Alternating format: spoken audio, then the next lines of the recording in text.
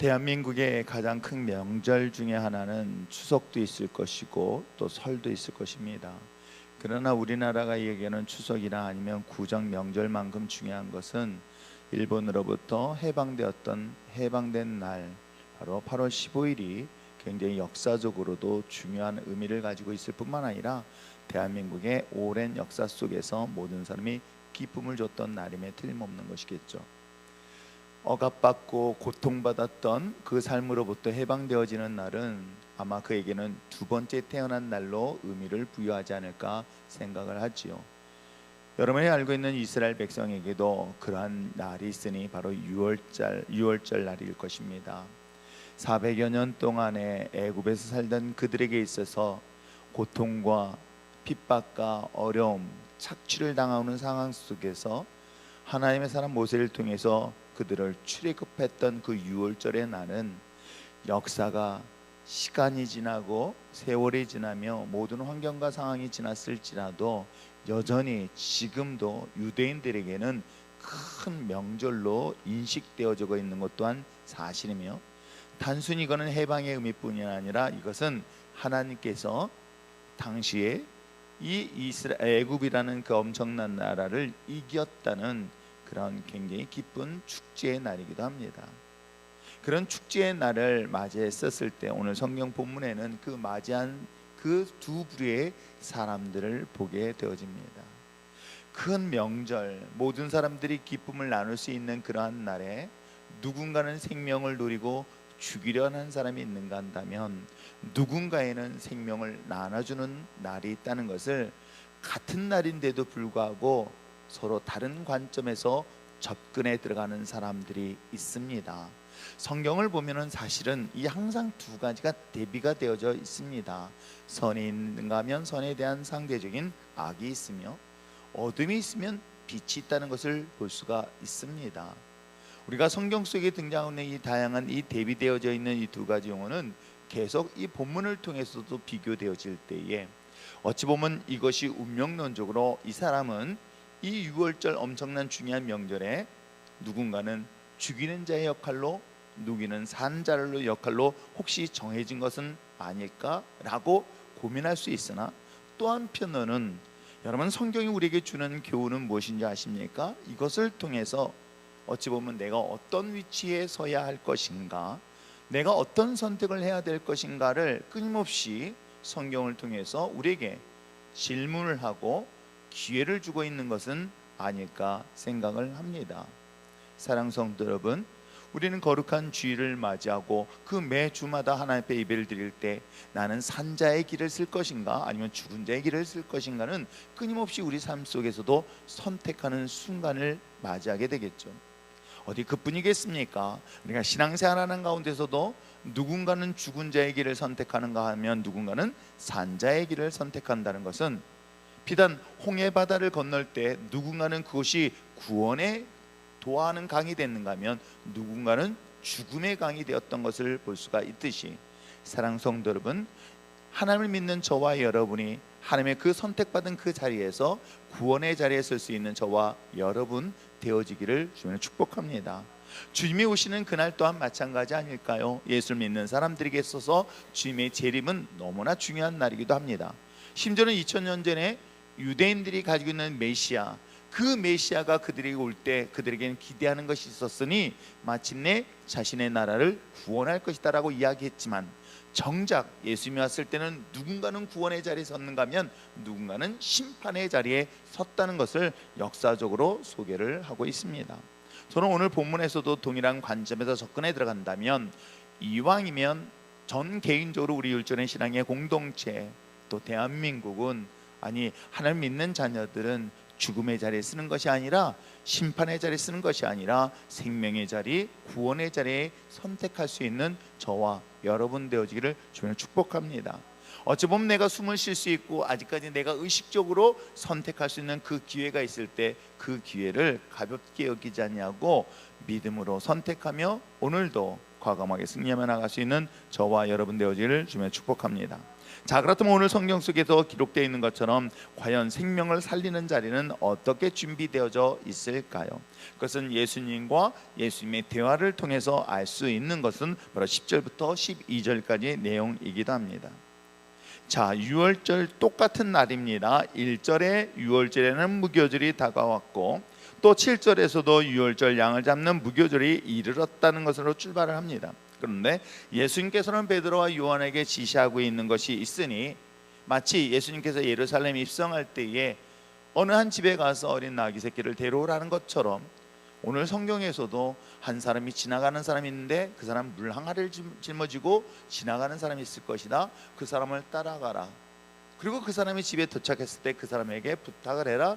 우리가 여차여차 이차 했으니 유월절을 맞이할 수 있는 공간을 달라 하면은 분명히 내어줄 것이다 라는 예수님이 제자인 베드로와 요한에게 지시를 합니다. 그리고 그 말씀대로 따랐더니 정말로 그 사람이 뒤에 따라갔고 마침내 그 주인의 마음이 어찌 됐는지 알 수 없으나 다락방을 내어주면서 12명의 제자들이 넉넉히 식사할 수 있는 교제의 방을 내어주는 내용이 우리가 10절 이하의 내용이기도 합니다. 그곳에서 무엇을 했는지 그 다음 절은 여러분 잘 알고 있겠죠? 예수님의 발을 씻겨줬습니다. 그들에게 떡을 떼어 주었던 그런 거룩한 장소로 오늘 성경은 소개를 하고 있습니다. 물론 여기서 이야기하는 떡은 그들에게 있어서는 중요한 생명의 양식과도 같은 것이겠죠. 그런데 정반대로 1절부터 4절, 6절까지의 내용에서는 그 반대의 사건을 볼 수가 있습니다. 어떤 사건을 소개하고 있습니까? 똑같이 유월절을 준비하고 있는데 예수님께서는 우리를 위하여 예비된 장소를 준비했고 교제할 수 있는 장소를 준비했을 뿐만 아니라 그를 위하여 예비된 사람까지 준비하셨고 더 나아가서 그들을 위하여, 제자들을 위하여 떡을 준비하는 과정을 본다면 정반대로 그 유월절날 생명을 노리는 자들이 있으니 성경 속에서는 대제사장과 뭐라고 해야 서기관들이 나오며 심지어는 예수님의 사랑하는 제자였던 가롯 유다도 성경을 소개하고 있습니다. 똑같이 맞이한 그 거룩하고 기쁨이 나눌 수 있는 그 자리에 대제사장 그리고 서기관은 어떤 자들일까요? 그건 이방인들도 아니었습니다. 기독교를 또는 유대교를 전통적으로 핍박하는 자들 또한 아니었습니다. 놀랍게도 그들은 한결같이 하나님을 누구보다도 잘 섬겼던, 오늘날로 얘기한다면 목회자일 수도 있습니다.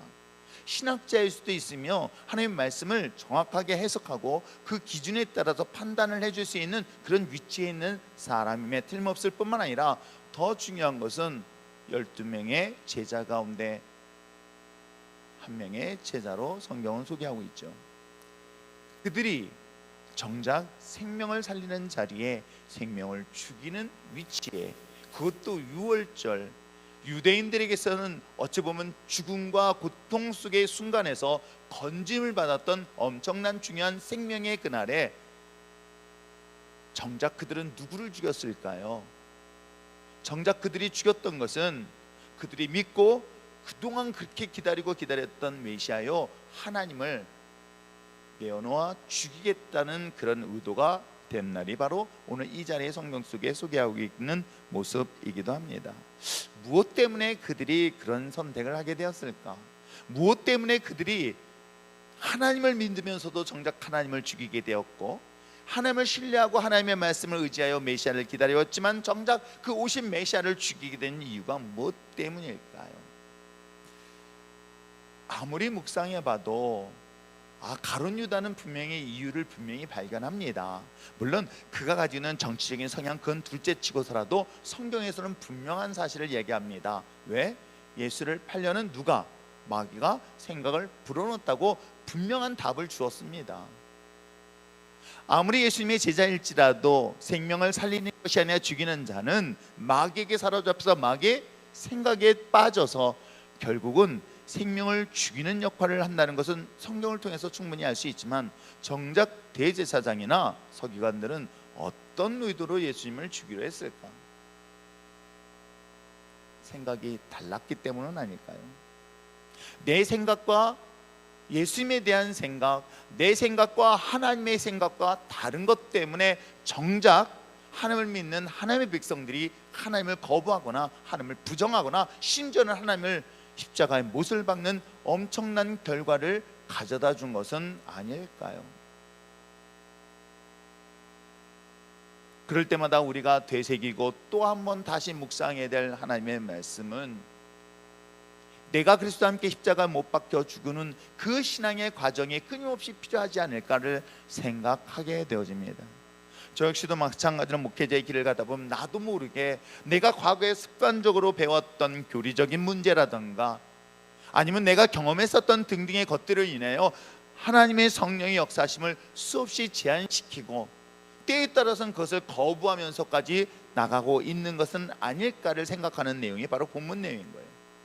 그들이 기대하고 있는 하나님에 대한 존재, 그들이 생각하고 있는 하나님의 계획과 그들이 생각하고 있는 하나님의 뜻에 대한 것과 충돌이 일어나고 다를 때에 과연 우리는 어떤 신앙의 자세로 이 상황을 맞이하고 있을까요? 때에 따라서 내 머리로 이해되지 아니한 것, 저는 여기서 이야기하고 있는 것처럼 대제사장 서기관들이 등장한다는 것은 단순하게 그냥 생각만의 차이는 아닐 것입니다. 물론 다수의 많은 유대인들이, 이스라엘 사람들이, 당시 예루살렘 사람들이 예수님을 환호하고 따라다녔던 것 또한 사실이고, 그로 인하여 자신들이 가지고 있는 존재감이 점점 줄어들어서 질투라는 마음도 인간적으로 생길 수도 있을 것입니다. 그러나 가장 중요한 이유로 예수님을 죽인 것은 바로 교리적인 문제인 거예요. 그 교리라는 건 다른 것이 아닙니다. 내 생각과 자신의 생각과 하나님의 생각이 다른 것이고, 내가 계획했던 것과 하나님의 뜻이 달랐을 때 나타나는 충돌인 거예요. 내가 생각하는 하나님의 뜻은 이런 것이다라고 제안시켰던 것이 뜻밖의 다른 것으로 등장하고 있는 내용이 바로 오늘 본문의 내용이기도 합니다. 그래서 우리의 안테나가, 우리의 시선이 참 어디를 향하여 있느냐는 것은 너무나 중요한 것이에요. 혹시라도 내가 하나님을 향하여 내 모든 시선을 뒀지만 그 모든 시선들이 내 제한된 생각 안에 묶어놓고 그것이 하나님의 뜻이고 그것이 하나님의 계획이다. 그러나 혹여라도 이것이 거슬렀을 때, 이것이 상관없이 됐을 때 그 하나님을 나도 부정할 수 있을 뿐만 아니라 심지어는 예수님은 십자가의 못을 박듯이 하나님의 못을 박을 수 있다는 것은 비단 2000년 전에 대제사장만들의 선택일까요? 그건 저는 오늘도 마찬가지 아닐까 생각을 합니다. 그러기에 저와 여러분, 끊임없이 나의 나된 생각들을 십자가의 못을 받고 내 안에 그리스도의 생각으로 계속해서 말씀으로 채우던, 성령의 인도하심을 따라서 채우던 항상 그런 부분에 대하여 우리가 하나님의 음성에 집중해야 되는 것 또한 사실은 아닐까요? 그렇지 아니한다면 이 교리적인 것 때문에, 생각이 다른 것 때문에 하나님의 성령의 역사하심을 수없이 제한시키고, 그거는 간단한 것 같아요. 그건 결국은 자신이에요. 나 때문에, 내 안에 내 생각 때문에 얼마나 많은 부분들을 하나님의 역사하심을 제한시키고 죽이기까지 했는 것인가 라는 것들을 깊이 묵상하는 내용이 오늘 본문 내용이기도 합니다. 사랑하는 성도 여러분, 유월절, 부활절, 이젠 준비하는 사순절 기간 동안에 여러분 무엇을 준비하고 있습니까? 생명을 살리고 죽음을 이기신 그 부활의 그 귀한 날 앞에 혹시라도 오늘 우리의 처해지는 모든 환경 상황 속에서 내 뜻과 다르다는 것 하나만으로 나도 모르게 하나님을 거부하거나 그 거부한 것을 떠나서 오늘 대제사장이나 서기관들처럼 하나님을 정작 십자가에 다시 한번 못 박는 그런 어리석은 선택을 하지는 않을까요? 오늘 사랑하는 성도 여러분, 비록 내 생각과 내 뜻이 다를지라도 하나님께서 내게 주시는 그 세미한 음성 앞에, 내게 주신 모든 환경과 상황 앞에서 그대로 받아들이고 인정하며 수용하며 나갈 수 있는 저와 여러분 되어지기를 주변에 축복합니다. 돌아보면서 이런 생각을 해요. 내가 설령 여기서 죽는다 할지라도, 여기서 망한다 할지라도, 여기서 내가 큰 어려움을 당한다 할지라도 그것이 정작 하나님이 원하시는 뜻이라면 나는 언제든지 순종할 준비가 되어 있습니다. 그것이 어찌 보면 유월절을 맞이해야 될 예수님의 제자들이 가져야 될 자세는 아닐까. 다시 오실 그 메시아를 기다리면서 오늘 우리의 상황, 우리의 뜻이 아닌 하나님 아버지의 뜻이 내 삶에서 때로는 내가 이해하지 못하는 환경과 상황에 나를 끌고 간다 할지라도 그것이 주님의 영광을 위하여 주님의 뜻이라고 한다면 기꺼이 그 길을 따를 수 있는 저와 여러분 되어보는 것은 어떠한지요. 그 선택이 오늘도 우리에게 두 가지 기로에 있다고 한다면 저는 여러분들에게 부탁드리고 싶은 것은 내 뜻이 아닌 아버지 하나님의 뜻이 내 삶 가운데 이루어지기를 원합니다. 거기에는 철저하게 내 생각을 지울 수 있고 아버지 하나님의 뜻에서만 순종할 수 있다면 여러분 어떨까요? 저 성경 속에 기록되어 있는 것처럼 주님이 여러분 삶 속에 놀라운 예비된 삶을 반드시 경험하게 될 줄 믿습니다. 예비된 삶뿐만 아니라 유월절, 결국 그것은 오실 메시아 예수 그리스도를 통한 구원의 역사의 자리에 설 수 있는 마지막 기회라는 것 잊지 마시고 정말 철저하게 주님을 신뢰하며 의지하면서 환경과 상황 앞에 꿋꿋하게 믿음으로 승리하며 나갈 수 있는 우리 저와 여러분 됐으면 참 좋겠습니다. 그런 마음으로 간다면 이 사순절 기간은 저와 여러분을 통하여 또 다른 생명을 살리는데 귀한 날이 되지는 않을까요? 부활절 날 누군가는 생명을 죽이는 날로 접근할 때 우리를 통하여 또한 생명을 살리는 복된 쓰임을 받는 날이 되어지기를 주님으로 축복합니다. 기도하겠습니다.